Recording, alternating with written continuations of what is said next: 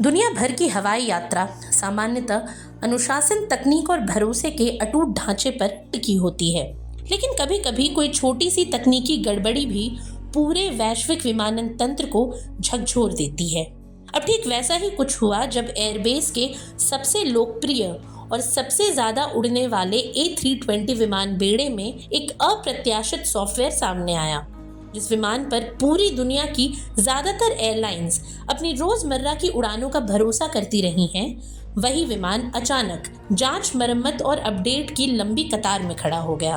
वहीं भारत जैसे विशाल विमानन बाजार के लिए ये सिर्फ एक तकनीकी चिंता नहीं थी, बल्कि हजारों यात्रियों की योजनाओं को अस्त व्यस्त कर देने वाली चुनौती बन गई। तो आखिर ये समस्या क्या है और क्यों सूर्य से निकलने वाला विकिरण धरती के आसमान में उड़ते विमानों को परेशान कर रहा है? तो चलिए इस जटिल तकनीकी पहेली को विस्तार से समझते हैं। दरअसल एयरबेस ने आधिकारिक तौर पर स्वीकार किया कि उनकी A320 सीरीज के कई विमानों में उड़ान नियंत्रण डेटा अचानक खराब होने की आशंका पाई गई। ये सामान्य खराबी नहीं थी, ये विमान की फ्लाइट कंट्रोल सिस्टम से जुड़ी उन महत्वपूर्ण कमांड्स को प्रभावित कर सकती थी जिन पर पूरे विमान की स्थिरता और सुरक्षा निर्भर करती है। कंपनी के अनुसार इस दोष की वजह है सौर विकिरण, जिसके चलते विमान के एक अहम कंप्यूटर ELAC यानी एलिवेटर एंड एलेरॉन कंप्यूटर की कार्यप्रणाली प्रभावित हो रही थी। अब ये वही प्रणाली है जो पायलट के साइड स्टिक से मिलने वाले संकेतों को विमान की टेल यानी पिछले हिस्से में लगे लिफ्ट कंट्रोल तक पहुंचाती है। यानी अगर यहाँ गड़बड़ी हो जाए तो विमान का झुकाव, ऊंचाई और दिशा तीनों अचानक असामान्य व्यवहार कर सकते हैं। अब ये समस्या तब गंभीर रूप में सामने आई जब 30 अक्टूबर को जेट ब्लू की एक उड़ान जो कैनकन से नेवार्क जा रही थी, बीच आसमान में अचानक झटका खा गई। विमान बिना किसी कमांड के तेजी से नीचे आने लगा, जिसके चलते उसे फ्लोरिडा के टैंपा में आपातकालीन लैंडिंग करनी पड़ी। तकरीबन 20 यात्री घायल हुए और एयरबेस के इंजीनियरों के सामने सवालों का पहाड़ खड़ा हो गया। विस्तृत जांच में पता चला कि समस्या सॉफ्टवेयर में ऐसे बदलावों के कारण हुई जो अब सौर विकिरण की तीव्रता में हस्तक्षेप झेलने में सक्षम नहीं थे।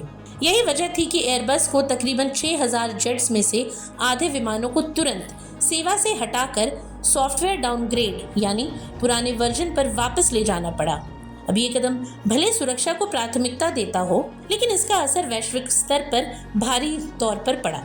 लेकिन अब सवाल ये है कि आखिर सौर विकिरण विमान के सिस्टम में इतनी समस्या पैदा क्यों करता है? अब देखिए, फ्लाइट्स कोरोनल मास इजेक्शन यानी सूर्य के प्लाज्मा विस्फोट से प्रभावित हो सकती है। जब सूर्य अत्यधिक ऊर्जा के साथ प्लाज्मा को अंतरिक्ष में उछालता है तो आवेशित कण बड़ी संख्या में पृथ्वी की ओर बढ़ते हैं। ये कण 28,000 फीट की ऊंचाई से ऊपर सबसे ज्यादा सक्रिय होते हैं और उपग्रह, GPS और विमान के इलेक्ट्रॉनिक सिस्टम में अप्रत्याशित हस्तक्षेप कर सकते हैं। ऐसे में ज्यादा ऊंचाई पर उड़ रहे विमानों के भीतर मौजूद कंप्यूटर, सेंसर और फ्लाइट कंट्रोल मॉड्यूल भी ऐसे आवेशित कणों के लिए संवेदनशील होते हैं। ये कण सिस्टम के डेटा को दूषित कर सकते हैं, जिससे सिस्टम गलत इनपुट या गलत रीडिंग देने लगता है। परिणाम स्वरूप वो कमांड जिसे पायलट ने कभी दिया ही नहीं, अचानक विमान के सिस्टम में सक्रिय हो सकती है, जैसा कि जेट ब्लू की फ्लाइट में हुआ। वहीं इसके समाधान के रूप में एयरबस ने एयरलाइंस को एक अत्यंत महत्वपूर्ण बुलेटिन जारी किया। इसमें साफ साफ कहा गया कि इस समस्या को जड़ से खत्म करने के लिए अस्थायी लेकिन विश्वसनीय तरीका है सॉफ्टवेयर को पुराने स्थिर संस्करण पर वापस ले जाना। यह अपडेट अधिकतर विमानों में 2 से 3 घंटे में पूरा किया जा सकता है। हालांकि कुछ चुनिंदा विमानों में नया हार्डवेयर लगाना भी आवश्यक होगा, जिसके चलते उन विमानों का लंबे समय के लिए ग्राउंडेड रहना तय है। इस प्रक्रिया ने एयरलाइंस पर बड़ा दबाव बनाया, क्योंकि बेड़ों में इतने बड़े हिस्से के साथ एक एक विमान को अपग्रेड करना आसान प्रक्रिया नहीं है।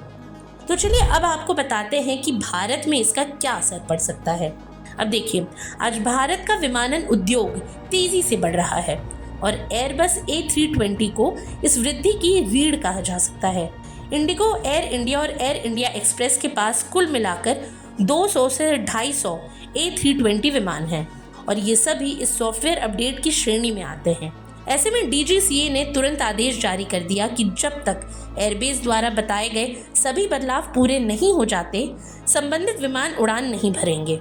वहीं भारत में रोजाना लाखों यात्री इन विमानों से यात्रा करते हैं। ऐसे में आने वाले कुछ दिनों में कैंसलेशन, रीस्केड्यूलिंग, भीड़भाड़ और बढ़ते इंतजार की स्थिति बनी रह सकती है।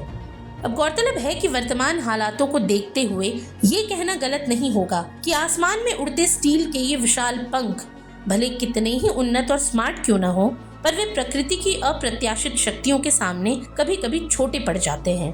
एयरबेस की ये समस्या तकनीकी तौर पर भले ही कुछ दिनों में हल हो जाए, लेकिन ये विमानन जगत के लिए एक सीख है कि तकनीक का लगातार परीक्षण, अपडेट और सुरक्षा को सर्वोच्च प्राथमिकता देना कितना अनिवार्य है।